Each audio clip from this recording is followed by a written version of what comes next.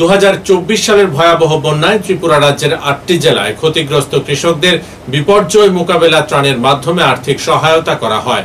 মঙ্গলবার রাজধানী আগরতলা রবীন্দ্র শতবার্ষিকী ভবনে এক অনুষ্ঠানের মধ্য দিয়ে কৃষকদের হাতে এই আর্থিক সহায়তা দেওয়া হয়। উপস্থিত ছিলেন ত্রিপুরা সরকারের কৃষি এবং কৃষক কল্যাণ দপ্তরের মন্ত্রী রতনলাল নাথ, পশ্চিম ত্রিপুরা জেলা পরিষদের ভারপ্রাপ্ত সভাধিপতি বিশ্বজিৎ শীল, কৃষি এবং কৃষক কল্যাণ দপ্তরের সচিব অপূর্ব রায়, দপ্তরের অধিকর্তা ডক্টর ফণীভূষণ জমাতিয়া, উদ্যান এবং মৃত্তিকা সংরক্ষণ দপ্তরের অধিকর্তা দীপক কুমার দাস সহ অন্যান্যরা।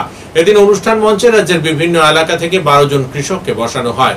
চারা গাছে জল সিঞ্চনের মধ্য দিয়ে অনুষ্ঠানের সূচনা করেন উপস্থিত অতিথিরা। মন্ত্রী রিমোটের বোতাম চেপে রাজ্যের 2,13,000 কৃষকদের মধ্যে মোট 79 কোটি টাকা কৃষকদের ব্যাংকে সরাসরি চলে যায়। পাশাপাশি এদিন মন্ত্রী সহ উপস্থিত অতিথিরা সবুজ পতাকা নেড়ে অত্যাধুনিক 3টি ভ্রাম্যমাণ মাটির স্বাস্থ্য পরীক্ষাগারের আনুষ্ঠানিক সূচনা করেন। অত্যাধুনিক এই গাড়িগুলির একটির দাম 75 লক্ষ টাকা বলে জানিয়েছেন মন্ত্রী।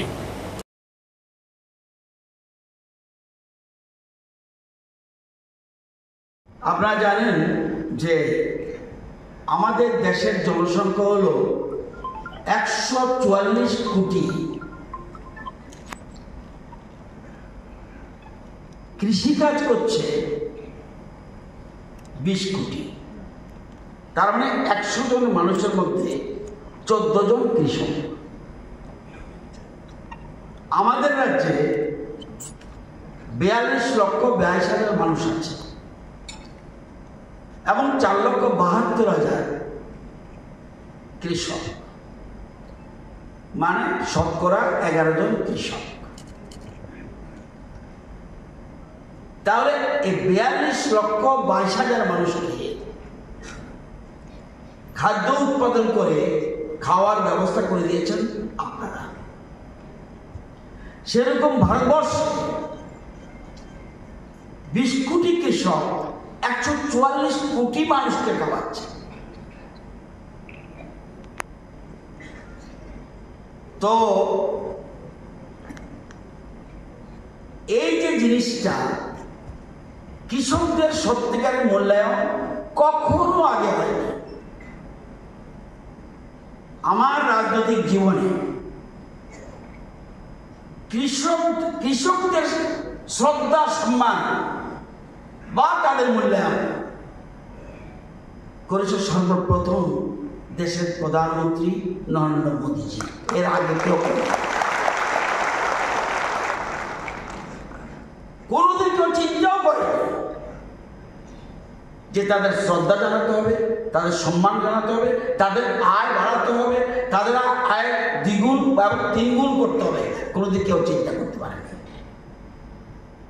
আপনারা জানেন যে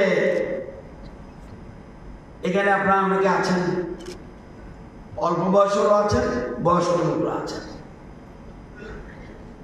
আমরা ছোটকালে যখন লেখাপড়া করতাম তখন একটা রচনা লিখতে দিত, তোমার জীবনের লক্ষ্য কি? আমরা সবাই লিখতাম ডাক্তার হব, প্রফেসর হব, লয়ার হব, IPS, IAS, TCS, TPS, engineer, বিজ্ঞানী, বহুত কিছু বলতাম। কেউ কি আমরা বলেছি কোনোদিন? কটলেট আছে?